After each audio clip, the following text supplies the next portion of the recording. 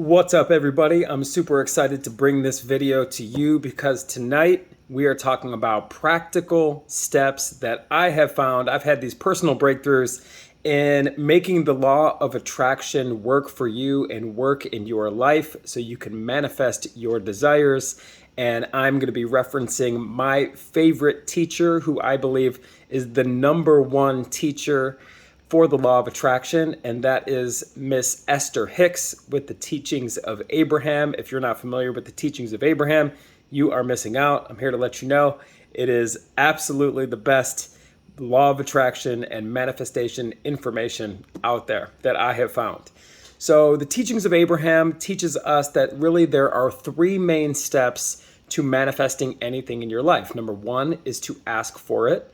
Number 2 is to let the universe create it. And then number 3 is just to simply allow it and receive it into our life. So essentially, we're only responsible for 2 of those 3 things. The first one, which is to ask for it, that's really easy. We see something that we want and we simply ask for it. The second part is out of our hands, out of our control. We let the universe do its thing and actually create the thing that we are asking for.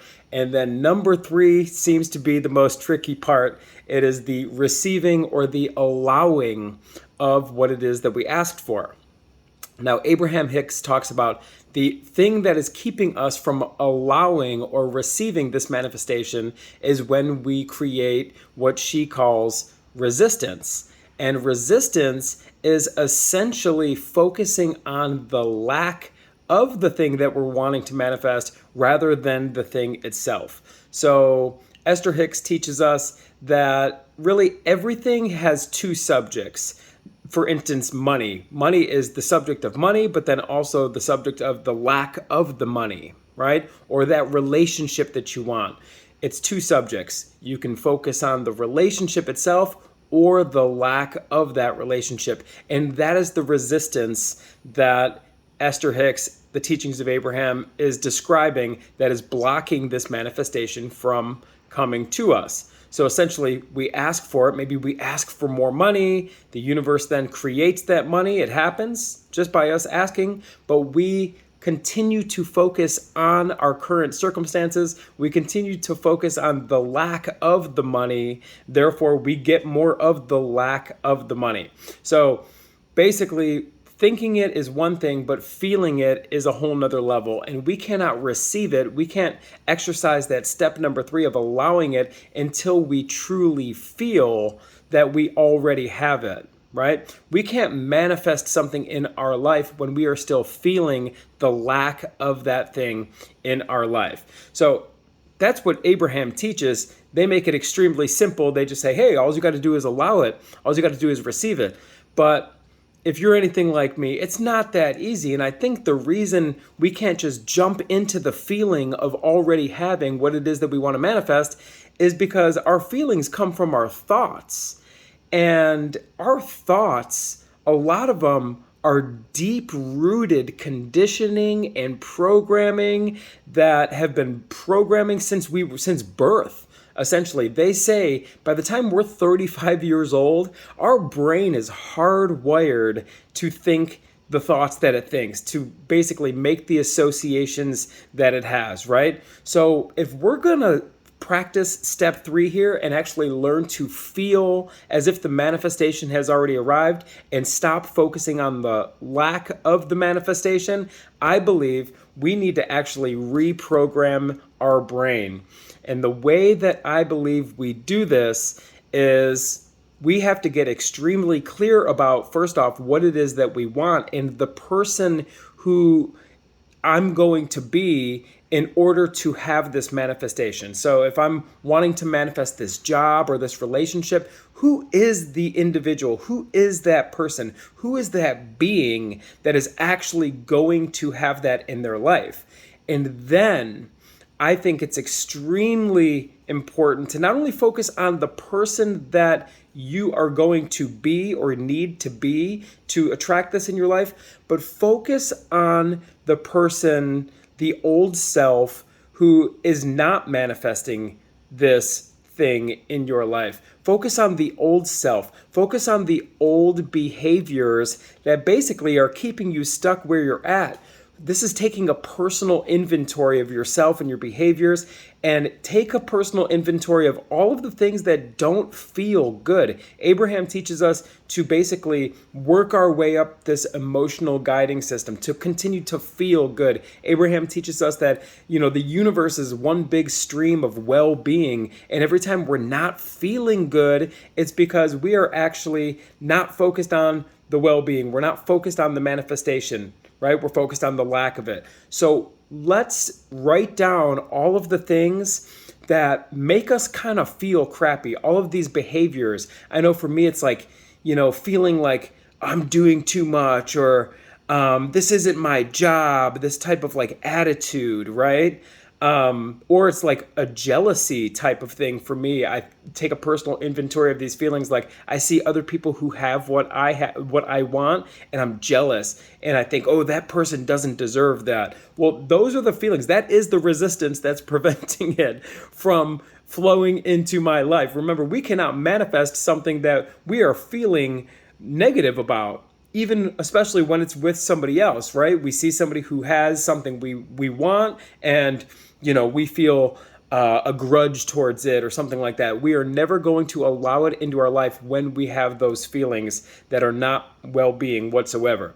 So I believe the way we rewire this hardwired conditioning is to get extremely clear about what these behaviors are, and then in the present moment, it can only happen in the present moment.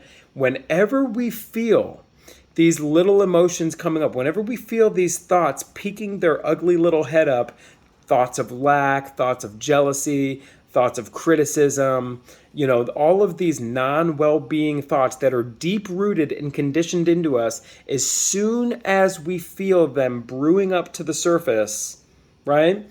We have to interrupt our pattern immediately. Joe Dispenza talks about you got to just say the word change, right? Do something to interrupt the pattern. Tony Robbins talks about this as well. We've got to interrupt our pattern, because that's what it is. This is that deep-rooted conditioning that is preventing us from allowing the manifestations and the desires that we want into our life. So the only way to fix this or rewire our brain is in the present moment.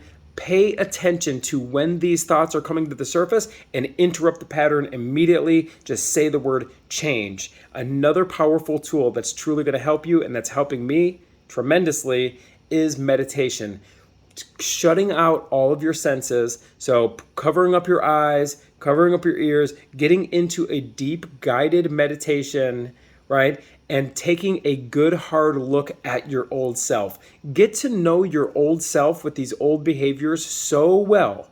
So in your waking state, when you start to see signs of this old self, you immediately shut it down. You immediately, just essentially cut its head off before it could even bring that head to the surface, right? It's like, I want you to envision at the top of a hill, there is a car, right? And I got this from Abraham Hicks. There's a car at the top of a hill, and it's in neutral.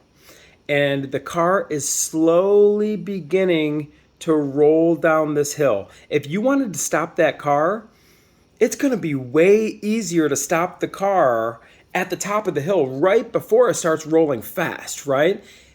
If you were to try to stop that car at the bottom of the hill, the car is going to completely plow you over and run you over. The same thing goes with these thoughts. And when we notice these thoughts of our old self coming up to the surface, we want to stop that immediately. Stop that car, but right when it's starting to go over the edge. It's easy to stop it then. And if we can do that, now this thought is not going to build momentum, and this belief is not going to really dictate our outcome, right? Because every time that we are, letting our thoughts control us, we lose all of our power. We need to be in full control of our thoughts so we could keep our dominating thoughts on what it is we want rather than what it is we don't want. And a lot of times those thoughts about lack and those thoughts about, fear, jealousy, criticism, anything that's not well-being, it is hardwired into us. So we've got to begin right now, in this present moment, begin interrupting the pattern of that old self. And the more that we do this, the more that we are able to catch ourselves in the act of, having these old thoughts, it continues to weaken that programming every single time. And then we literally physically begin to rewire our brain. They have studied this. They see it. You can do brain scans and see that you are rewiring your brain. Every single time you catch yourself and that old self coming up, you got to nip it in the bud immediately and just cut its head off before it rises to the surface. You continue to do that, and then you continue to essentially replace those old self thoughts with your new self and what it is that you are wanting to create and wanting to manifest. That is the art of allowing right there. Do not let your old self get in the way. Do not let this old conditioning and programming run your life. We must learn to reprogram ourselves, and it happens every single day and every single moment. So stay in the vibration of what it is that you want. When you start to feel these thoughts of lack or criticism or ego, when you start to see it coming up, stop it immediately, and then we can stay in that flow of well-being, because that is what's going to allow us to receive this in our life. Let me know if you got any value from this particular video. Also, let me know the breakthroughs that you're experiencing on your in your life when it comes to manifesting, conscious and deliberate creation. I'd love to hear about it. I look forward to seeing you on the next video.